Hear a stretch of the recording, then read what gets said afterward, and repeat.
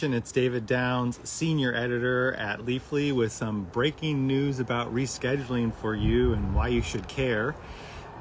Today, according to the Associated Press, hi Angela, who has 5 sources, the Drug Enforcement Administration is going to recommend that marijuana, cannabis, be moved to Schedule 3 of the Controlled Substances Act. It's currently ranked at Schedule 1 of the Controlled Substances Act, where it's analogous to heroin and PCP and deemed to have no medical use with a high potential for abuse.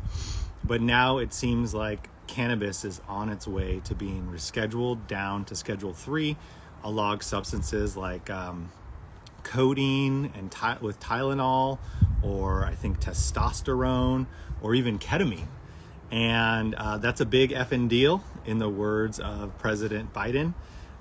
President Biden has pushed for rescheduling. He is the head of the executive branch. And so the Health and Human Services Agency went ahead and recommended as well that cannabis move to Schedule 3.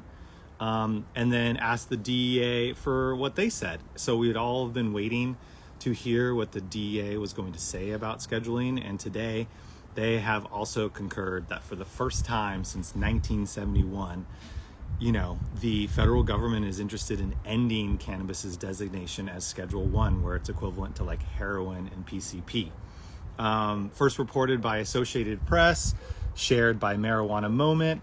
Rep. Earl Blumenauer, one of the big cannabis congressmen on the Hill, put out a press release saying, like, if today's reporting proves true, we will be one step closer to ending the failed war on drugs. Marijuana was scheduled more than 50 years ago based on stigma and not science. The American people have made it clear in state after state that cannabis legalization is inevitable, and the Biden-Harris administration is listening. I think that's a good phrasing there, because it does feel like this is the end game for the federal war on marijuana. If you remember, like, that scene where Captain America gets a little call in his ear and the portals start open up and all the superheroes start pouring through to help with the final push. That was a cool moment, and this feels analogous. It's been a lot of work over decades. Work that started in San Francisco, where I'm based, with like the hippie-free love movement, and those guys saying like marijuana shouldn't be made federally illegal. California did medical marijuana in 1996, the first state to do that, kicking off a wave that continues to sweep around the globe. Now there's over 40 medical states, and then Colorado and Washington led the way into full legalization in 2012, which helped change the game, because now there's over like 24 adult use states. Weed polls at 70%-ish on the legalization side. Medical cannabis polls at around 90%. So we knew that the government would be the ballast. It would be the slower part of the movement, while the consumers and the states would be more of the sales. So we're not surprised that it's taken them this long. And, we've started reaching out for comments. I talked to tax attorney Henry Wykowski, and he told me that, better late than never. This is a meaningful change. He worked the Champs case on taxes for cannabis up to the Supreme Court. And then he worked with Harborside. So he's helped shape the tax landscape and what you can take as far as business deductions. He said that it's about time. I didn't think it was going to happen at this point in time. They've been talking about it for a long time, and it just never seemed to come to fruition. He was hoping for descheduling, which I think it would be the better, but it's better than leaving it where it is, he said. He also thought that it should go further, but you can take what you can get at this point. He's also made a point that I think is good for all of you to listen to, which is like, this is a good opportunity to keep the pressure up, he said, to make sure that our elected leaders really follow through on it. He's going to Washington, D.C. in May for a trip to do lobbying in Congress. And he said that this quote gives him more to work with. And The focus should be on, okay, let's make sure it really happens this time. We've been waiting too long and it doesn't make sense. I agree. If you want these laws to change, my question to you is like, what are you doing about it? Because America is an experiment in self-government. So, hi JRAT, just talking rescheduling. And so, do you know who your your like neighborhood or your district supervisor is? Do you email them when there's a problem? Do you know who your representative is at state Senate and state House of Representatives? Do you interact with them? Do you know who your like rep is in Congress? And do you know who your senator is? Do they know what you're passionate about? Do you stay up on your school board? Do you stay up on who's running for DA or who's on commissions?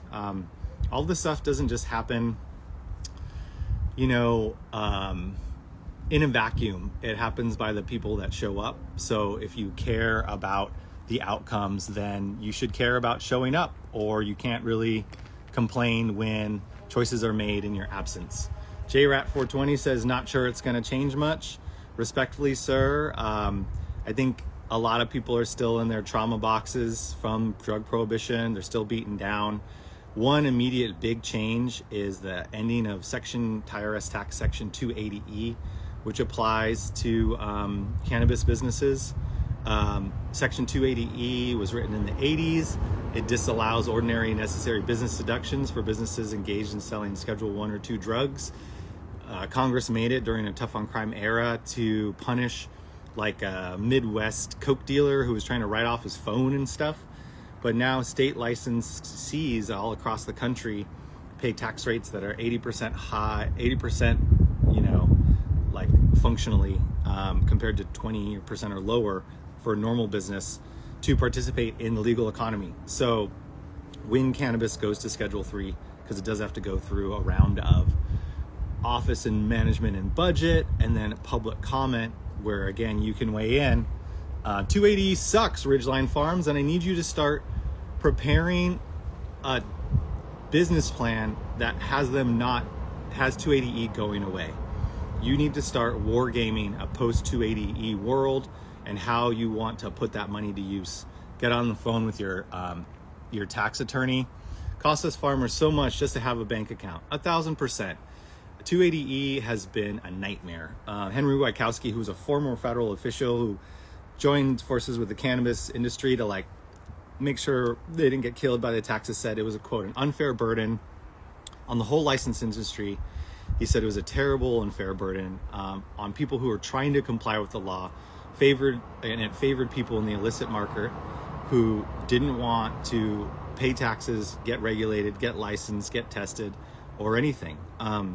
So, if you have a cannabis business and you're operating under 280E, which all of you are, you have homework tonight, which is to envision a post 280E world, see what it looks like. I know licensees have told me if I can get 280E to go away, I don't even need cannabis banking. I'll be my own bank.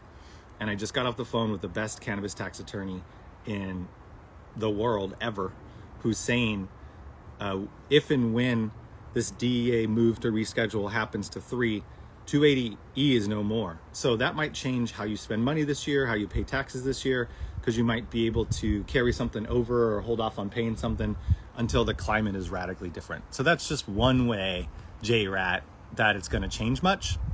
And then it's really up to all of us to capitalize on momentum to keep the change coming. I think we're going to hear a lot of people say, oh, it doesn't do enough, or oh, it should be descheduled, or it should have never been illegal in the first place, and just a laundry list of complaints.